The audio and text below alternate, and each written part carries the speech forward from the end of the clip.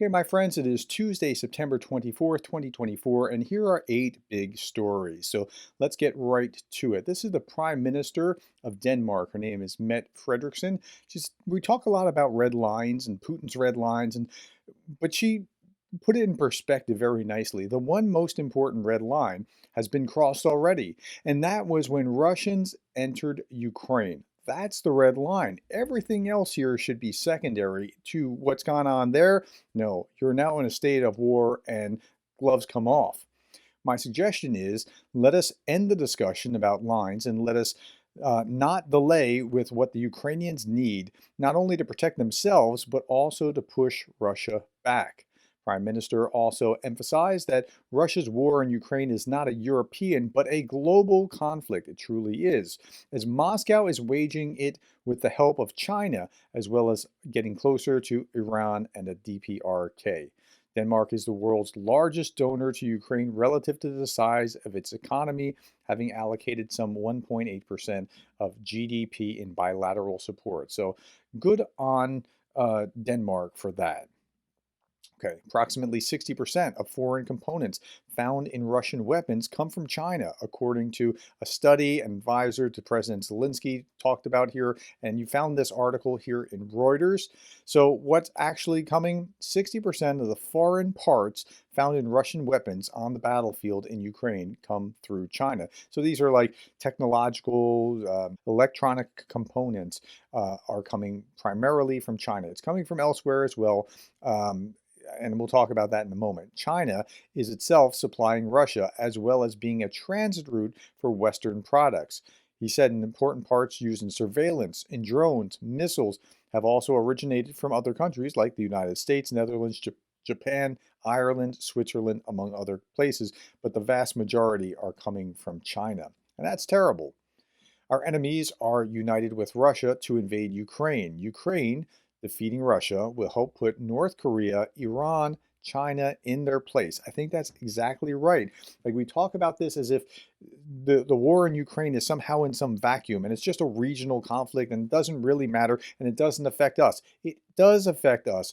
If Russia's already at war with the West and other autocratic states are arrayed against us and we're not paying attention to it, just because we're not paying attention doesn't mean they're not fighting with us. So we need to be aware of that there's this new quartet of chaos that threatens America. You could talk about a axis of evil or whatever, but this quartet of chaos, these 4 countries really want to upend and subvert the international order, and they're doing what they can. Putin's just the most vocal of the choir here.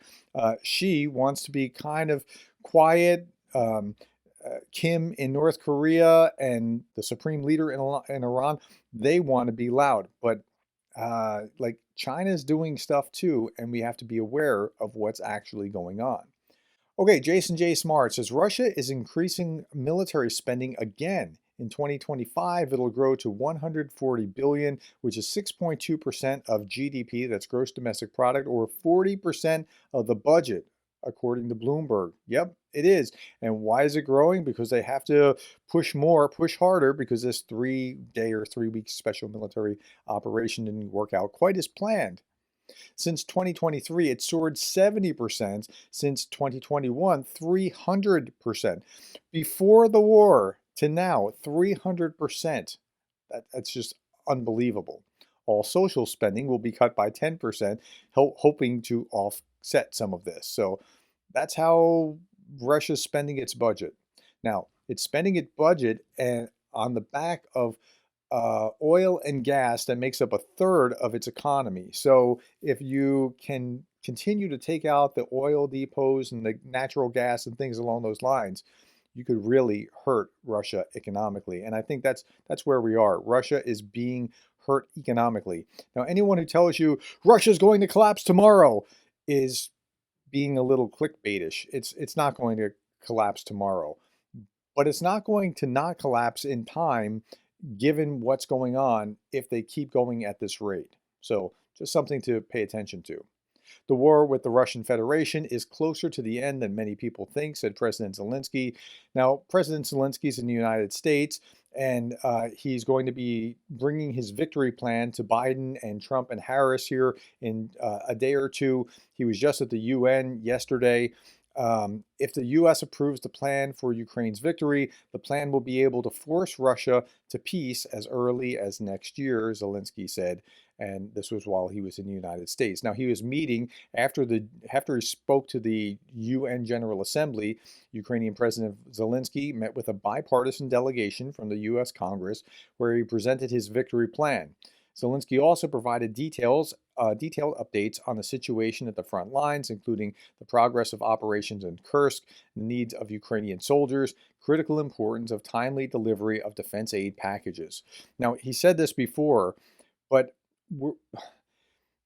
our delays have put Ukraine in a position where now they're going to have this bitterly cold winter because their infrastructure was destroyed, because they didn't have the air defense and or didn't have the missiles and rockets that could go after the airplanes that were fired, or the rocket launch sites or whatever within Russia. And either or both of those could have prevented the massive destruction to their energy infrastructure. And it's just tragic to see that we've dropped the ball in the way that we have.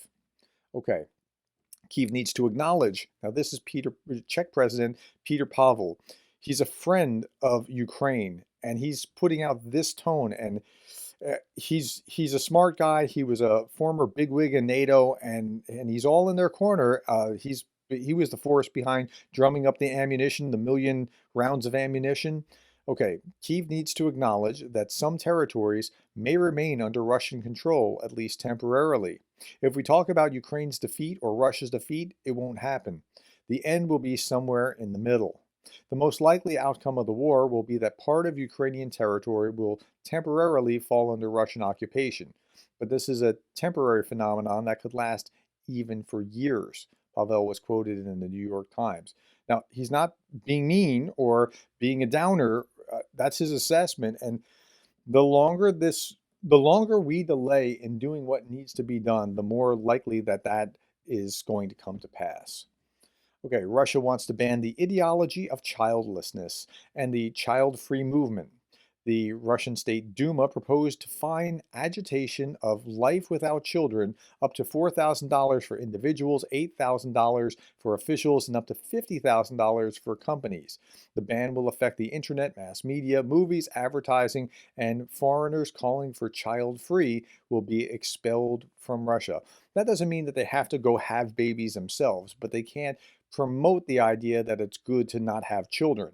Which, as a free speech guy, even though I have a large family and I think children are a blessing from the Lord and all that kind of thing, I still think this is absolutely abhorrent to be penalizing free speech or taking away free speech in the process. Now, Russia faces a demographic crisis, and you're going to see what I'm talking about in just a moment. The Russian parliament is working on a law that would ban what the authorities cast as a harmful promotion of child-free way of life, with heavy fines for childlessness propaganda, a close ally of President Vladimir Putin said on Tuesday. Putin, who has cast Russia as a bastion of traditional values, locked in an existential threat with a decadent West, has encouraged women to have at least 3 children, saying that will help secure the future of Russians. The issue has taken greater urgency for the authorities after official data released this month showed that Russia's birth rate has slid to its lowest in a quarter of a century, while mortality rates are up with no end in sight. They're running out of people. I mean, that's what it amounts to. Volodin said that the draft legislation envisaged fines of up to 400,000 rubles or $4,300 for individuals found guilty of child-free propaganda. Good luck policing that. 800,000 ruble or $8,602 in fines for state officials, and fines of up to 5 million rubles or $53,000 for companies who engage in this terrible propaganda. When asked on Friday about a potential ban on child-free ideology, Dmitry Peskov, Putin's spokesperson, said it was too early to comment, but that Russia needed initiatives to boost the birth rate. Like that's how they're planning to boost the birth rate. How about not invading your neighbor, living at peace, encouraging strong economic growth in an economy and freedom so that people will naturally do that. But that's just a foreign element. Increasing the birth rate is one of the top priorities for the entire government and the entire country, said Peskov, who in July called the problem catastrophic. Now, what do we mean by catastrophic? Here's the chart. This is like when you get to the top of the chart, people don't live into their 90s, not too many of them. 80s a little bit more, and 70s a little bit more. But when you're down in your 30s or 40s, it should be okay. But look at the bottom, like the birth rate on for boys in blue and girls in pink is very, very low, and this line will never get larger. It'll only decline. So that's what's happening here. Okay, for years, this is the last big story. For years, Russia has used hybrid warfare tactics to disrupt governance, sow division, and undermine physical and economic security across NATO. These attacks have become commonplace, but they must be treated as part of a shadow war that Russia is waging against the democratic world. So what's happening? Well, all over. In June, Russian agents set fire to a German defense manufacturer's metal factory. And then U.S. intelligence uncovered a Russian plot to assassinate European defense industry executives supporting Ukraine, and so on and so forth. There's a number of these things that have been happening all over Europe. They are engaged in hybrid war already, and we just have to come to grips with that. Okay, finally, my friends, Darth Putin, maybe my trolls deliberately look stupid to undermine our propaganda so that they could later claim that they were always against the war. All right, my friends, that's it. Thank you for the time. Thank you for the likes and the shares and the subscribes and for being the kind of person that cares about Ukraine.